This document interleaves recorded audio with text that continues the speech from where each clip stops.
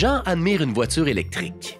Il a entendu que le secteur des transports représentait plus de 40 des émissions de gaz à effet de serre au Québec. Il pense qu'il est temps pour lui de s'en procurer une, puisque ces voitures n'émettent aucune émission. Mais son ami Pierre, lui, ne semble pas si convaincu. Pierre pense que l'infrastructure de la Côte-Nord n'est pas encore adaptée à l'électromobilité.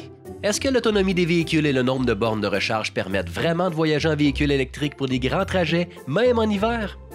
Eh bien Pierre, le monde des véhicules électriques évolue rapidement.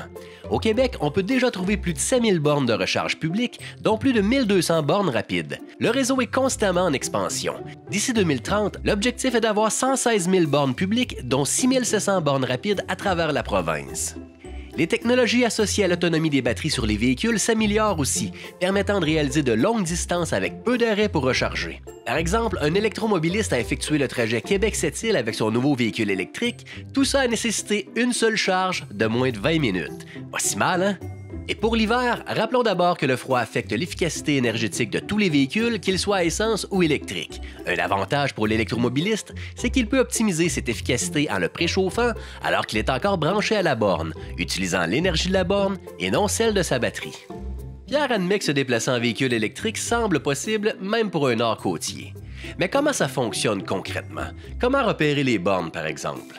Les électromobilistes peuvent utiliser des applications mobiles comme Circuit électrique pour trouver les bornes et savoir si elles sont libres.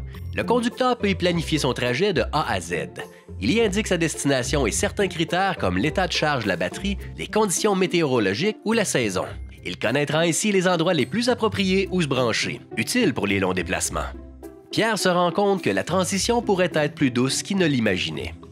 Les véhicules électriques sont en train de révolutionner notre façon de voir la mobilité, même sur la Côte-Nord. Et pourquoi s'arrêter là? La mobilité électrique ne concerne pas que les voitures, elle ouvre la porte à de nombreuses autres possibilités. Adaptons notre conduite et roulons électrique.